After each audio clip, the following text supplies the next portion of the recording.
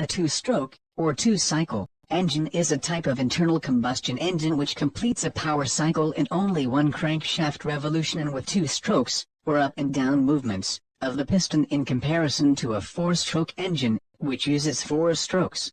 There are usually three ports: an inlet port, exhaust port, and a transfer port.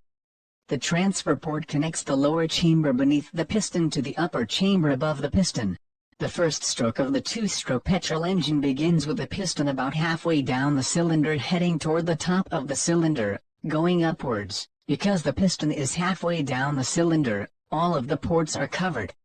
Because of the upwards motion of the piston, the bottom chamber below the piston falls below atmospheric pressure. As the piston moves closer to the top of the cylinder, it uncovers the inlet port, which then, because of the pressure in the lower chamber, sucks air and fuel into the lower chamber. The second stroke of the two-stroke engine is carrying on from the first stroke, which sucked the air into the lower chamber. The piston has nearly reached the top of the cylinder. Just before it does, the mixture of air and fuel in the upper chamber above the piston is ignited. The high pressure of the burnt gases forces the piston down. On the way down the cylinder, the piston recovers the inlet port, stopping any fuel/air from being sucked into the lower chamber. As the piston moves downwards, the mixture of air and fuel in the lower chamber is being compressed.